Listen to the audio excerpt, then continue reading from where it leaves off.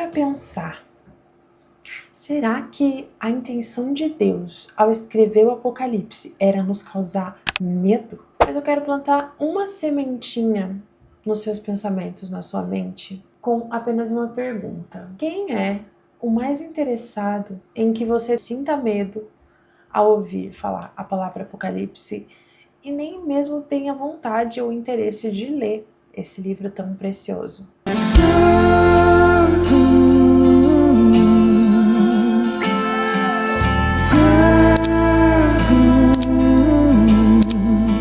Eu quero te convidar a se inscrever nesse canal se você não é inscrito, deixar o seu like, mas principalmente compartilha esse vídeo com mais pessoas para que elas também possam ser edificadas através da nossa conversa, ok? Você já teve medo do Apocalipse? Já sentiu um arrepio só de falar? Não gosta nem de pensar o que é passar longe? Lê a Bíblia de capa a capa, menos Apocalipse. Pois é. Existe uma pessoa extremamente interessada em fazer você ter medo do Apocalipse. Bom, nós vivemos num mundo onde o medo é alimento. Já reparou? Livros, séries, filmes, até mesmo nos joguinhos infantis. O medo é um alimento. Mas o mais interessante de tudo isso é que se você for parar para pensar nesse aspecto de Apocalipse, até mesmo alguns pastores pregam como se fosse de fato, mas de uma forma arrepiante. É engraçado. Agora eu tô me lembrando daquele filme 2012, né? Ele é ali comparado com o Apocalipse, né? É exatamente isso que a mídia quer que você pense. É exatamente isso que eles querem que você acredite, que o Apocalipse é aquilo. Existe algo por trás desse pensamento, existe algo por trás dessa manipulação do medo e a gente precisa tomar conhecimento para que a gente então possa sair dessa bolha, para que a gente possa aprender aquilo que nos traz esperança. Só que para pensar numa coisa, você acha que a ideia de Deus, ao deixar o Apocalipse pra gente, é para que a gente tivesse medo? O sentimento que Deus quis causar em nós, ao deixar o Apocalipse, era medo. O Apocalipse não é, de maneira nenhuma, um livro para te fazer sentir medo, mas sim um livro para te dar esperança e abrir os seus olhos espirituais para muita coisa que, infelizmente, a gente não consegue ver se não estudar os profetas e o próprio livro de Apocalipse. Satanás, ele usa uma arma poderosíssima contra a sociedade. E essa arma é o medo. O medo faz com que as pessoas sejam facilmente manipuladas. A gente pôde presenciar um momento histórico na nossa geração, né? De uma pandemia. E quando a gente está vivendo esse momento, muitas pessoas, a maioria delas, se dobraria a qualquer coisa que o sistema dissesse, a qualquer coisa que o sistema implantasse como uma norma, como uma regra, porque tinha medo de que algo acontecesse de ruim na sua casa, na sua família. Então o medo, ele é uma arma extremamente valiosa na mão daqueles que sabem usar a manipulação contra outras pessoas e a favor de si próprio. A palavra Apocalipse significa revelação. Ela não significa terror, ela não significa medo, ela não significa qualquer outro sinônimo disso. Ela significa revelação. E revelação de quem? Vamos ler comigo? Vamos pesquisar aqui. Primeiro versículo de Apocalipse. Vamos lá. Primeiro versículo de Apocalipse, ou seja, Apocalipse 1:1. Revelação de Jesus Cristo, a qual lhe deu para mostrar aos seus servos as coisas que brevemente devem acontecer. E pelo seu anjo as enviou e as notificou a João, o seu servo, o qual testificou da palavra de Deus e do testemunho de Jesus Cristo, tudo o que tem visto. Olha só, revelação de Jesus Cristo. Apocalipse é um livro da revelação de Jesus Cristo. Agora responde para mim, por que a gente teria que ter medo de um livro que traz algo tão poderoso, tão especial, tão grandioso para nós, que é a revelação do Filho de Deus?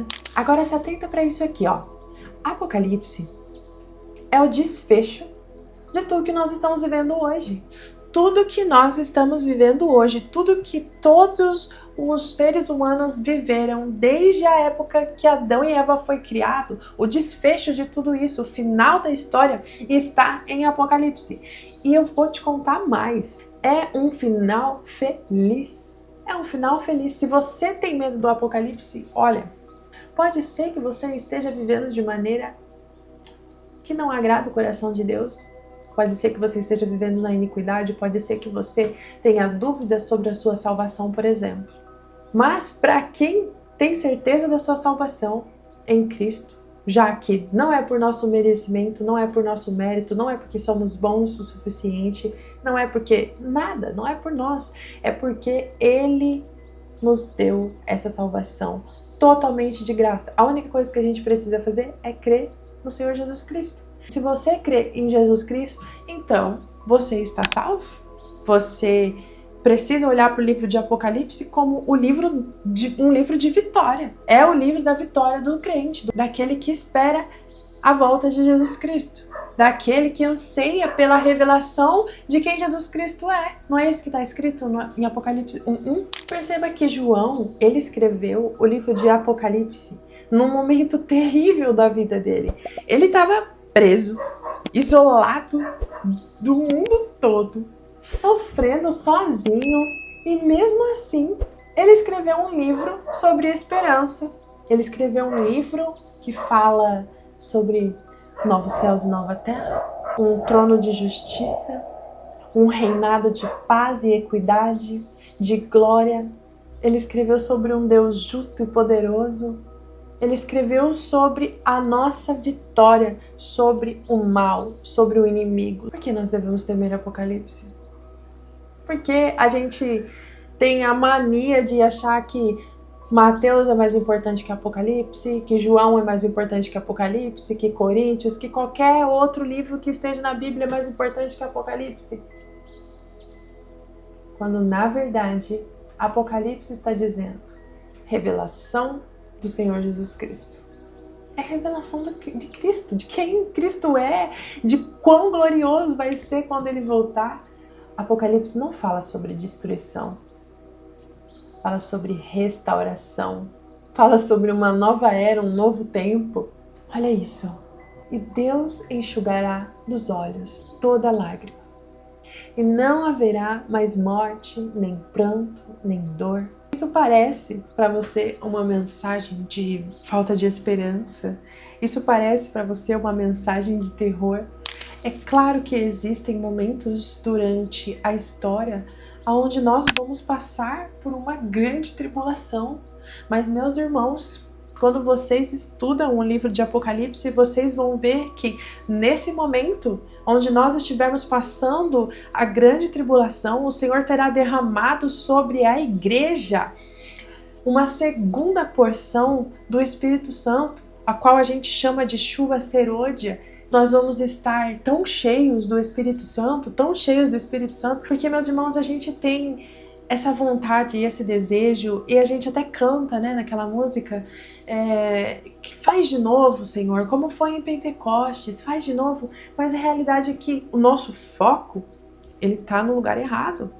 A gente não precisa pedir para o Senhor fazer de novo algo que ficou no passado, algo que ficou para trás. Porque o Senhor tem uma coisa nova para fazer, para derramar sobre nós. Uma nova porção do Espírito Santo será derramada sobre a igreja. E nós vamos ser revestidos de poder, fortes, e se precisar morrer por Cristo, nós vamos morrer por Cristo fortes e valentes, porque nós estaremos cheios, transbordantes do Espírito Santo. Não tem motivo de ter medo, porque até nos momentos que nós passaremos de dificuldade, o Espírito Santo estará tão tão forte em nós que nós não teremos medo e nem dúvidas sobre entregar a nossa vida por amor a Cristo. Então, sim, nós passaremos a grande tribulação, e a grande tribulação ela não está só descrita no livro de Apocalipse. Mateus, que é um dos evangelhos mais lidos, ele fala sobre o dia do Senhor várias e várias vezes, e ele fala sobre passarmos por uma tribulação, sobre nós passarmos por perseguição.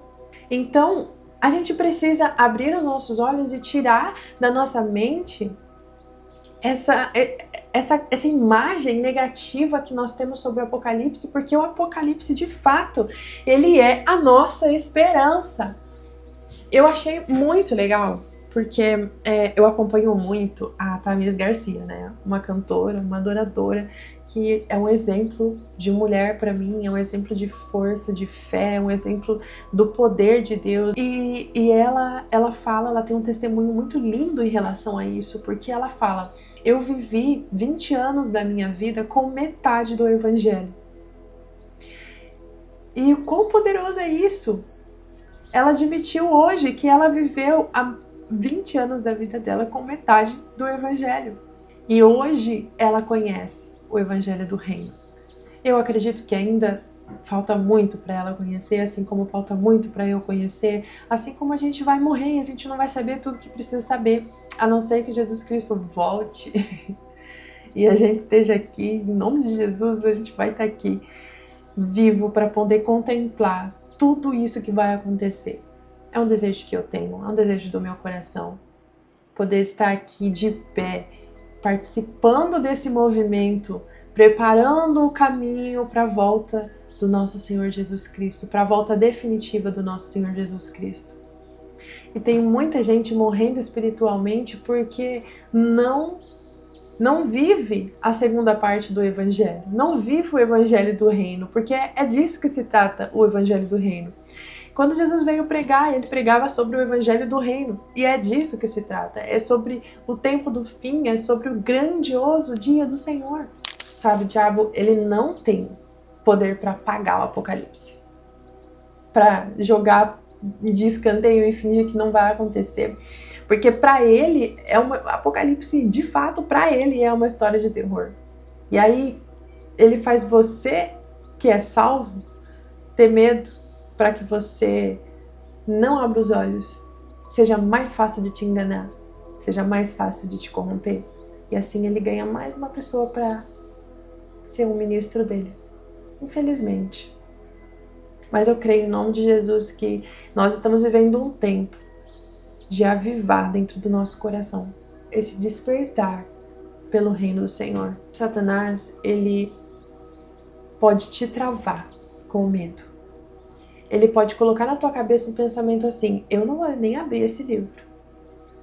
Eu não quero nem entender, eu não quero nem saber, não é importante. O importante é Mateus, é Lucas, é Gênesis, não sei, qualquer outro livro. Todos são importantes. Não estou dizendo que um é mais importante que o outro. Estou apenas dizendo que todos são importantes. Se Deus colocou o Apocalipse na Bíblia, é porque Ele quer que a gente tenha conhecimento daquilo que está escrito, certo? Então Satanás, ele pode te travar, ele pode te paralisar, porque é isso que o medo faz. O medo te paralisa e você não chega onde você deveria chegar porque você ficou com medo de dar o próximo passo. Mas olha só que interessante que o próprio Jesus diz. Está escrito em Apocalipse, capítulo 1, versículo 3. Bem-aventurado aquele que lê e os que ouvem as palavras dessa profecia. Bem-aventurado aquele que lê e aquele que ouve as palavras dessa profecia. Foi Jesus que disse isso. Então, Jesus, ele quer que você leia. Ele quer que você tenha paz no teu coração. Ele quer que você tenha entendimento, porque ele diz: o meu povo perece por falta de conhecimento. Então, se está escrito, é porque Jesus quer que você tenha conhecimento. E o conhecimento, ele nem sempre vai ser adquirido com uma leitura dinâmica, com uma leitura simples. Às vezes a gente vai precisar meditar por dias, meses, pode ser que até anos, para a gente entender. Revelações da Bíblia são assim. Tem coisas que você leu, e você nunca se deu conta de que você estava lendo errado. Eu posso te dar um exemplo disso. Existe um versículo muitíssimo famoso que diz assim: buscai primeiro o reino de Deus e a sua justiça, e as demais coisas serão acrescentadas. Só que tem um problema nessa questão. Não é isso que está escrito. As pessoas normalmente lêem as demais coisas ou todas as coisas lhe serão acrescentadas, mas o que está escrito é: todas estas coisas lhe serão acrescentadas. O Senhor está sendo bem específico, Ele está dizendo que estas coisas. Mas aí você pergunta, que coisas? O que são estas coisas? E aí tem um contexto. O Senhor está falando, observe os passarinhos. Eles não plantam, nem colhem, não armazenam em celeiros. Mateus capítulo 6, versículo 24. Versículo 26. Olhai para as aves do céu, que nem semeiam, nem cegam, nem ajuntam em celeiros, e vosso Pai Celestial as alimenta. Não tem de vós muito mais valor do que elas? E qual de vós poderá, com todos os seus cuidados, acrescentar um côvado à sua estatura? E quanto ao que vestir? Por que andais ansiosos? Olhai para os lírios do campo, como eles crescem, não trabalham nem fiam. Eu vos digo que nem mesmo Salomão, em toda a sua glória, se vestiu como qualquer um deles. Pois se Deus assim veste a erva do campo, que hoje existe e amanhã é lançada no fogo, não vos vestirá muito mais a vós, homens de pequena fé? Não andeis, pois, inquietos, dizendo: o que comeremos, ou o que beberemos, ou o que nós vestiremos? Porque todas essas coisas os gentios é que procuram. De certo, vosso Pai Celestial sabe que vós necessitais dessas coisas. Mas buscai primeiro o reino de Deus e a sua justiça, e todas estas coisas vos serão acrescentadas. Veja que o Senhor está falando ele vem de um contexto onde ele está falando de coisas básicas.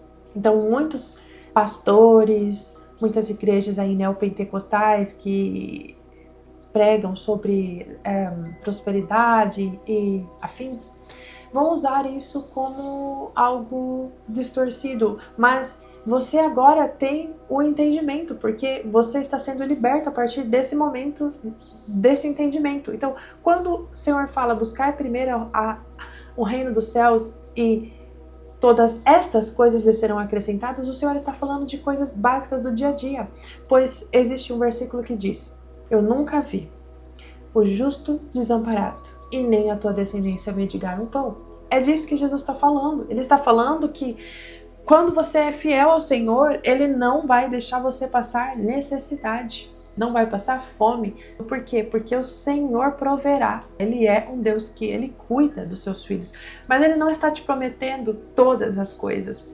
Ele não diz que todas as coisas te serão acrescentadas, Ele diz que o que você necessita é de vestir e comer. Então a gente precisa tomar muito cuidado com aquilo que a gente acredita, com aquilo que a gente lê, relê, e na verdade a gente simplesmente está lendo a partir de uma cosmovisão, de uma ótica que a gente aprendeu errado, ok? Fechando esse parênteses, vamos voltar para o nosso assunto. O Apocalipse, ele não é para te assustar, ele é para te preparar para algo que virá.